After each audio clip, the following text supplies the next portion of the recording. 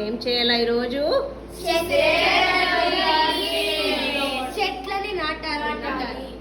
చెట్లని నాటాలి, చెట్లని సేవ్ చేసుకోవాలి,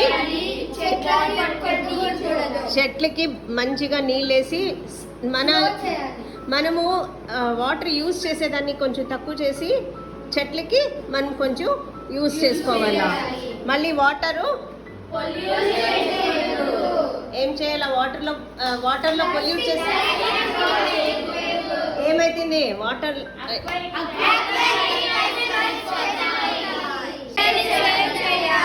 చెట్లని సేవ్ చేయాలి.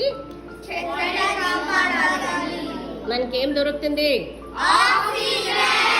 మంచి ఆక్సిజన్ దొరికితే అప్పుడు మనము హెల్తీగా ఉంటాము.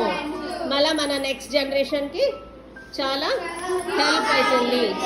మనము వాడే వాటర్లో కొంచెం తక్కువ చేసి, మనం యూజ్ చేసే వాటర్లో కొంచెం తక్కువ చేసి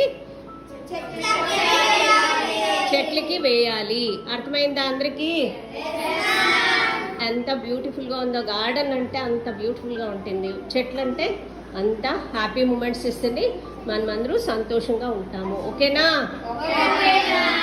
thank you so much. Pollute చేయకూడదు వాటరు, చెట్లని బాగా పెంచాలి. ఓకే, దొరికితే అప్పుడు మనము హెల్తీగా ఉంటాము.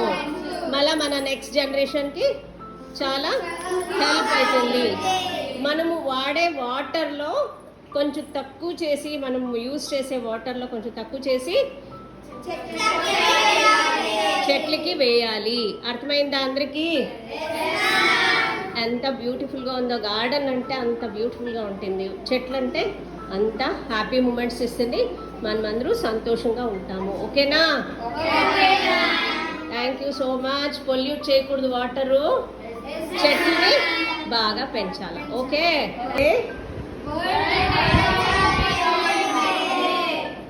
World environment day. మనము ఏం చేస్తున్నాం ఈరోజు? నేచర్ డ్రాయింగ్ చేస్తున్నాము. నేచర్ని కాపాడుకోవాలి. మనము నేచర్ని కాపాడుకుంటే మనం ఎప్పుడు హెల్తీగా ఉంటాము.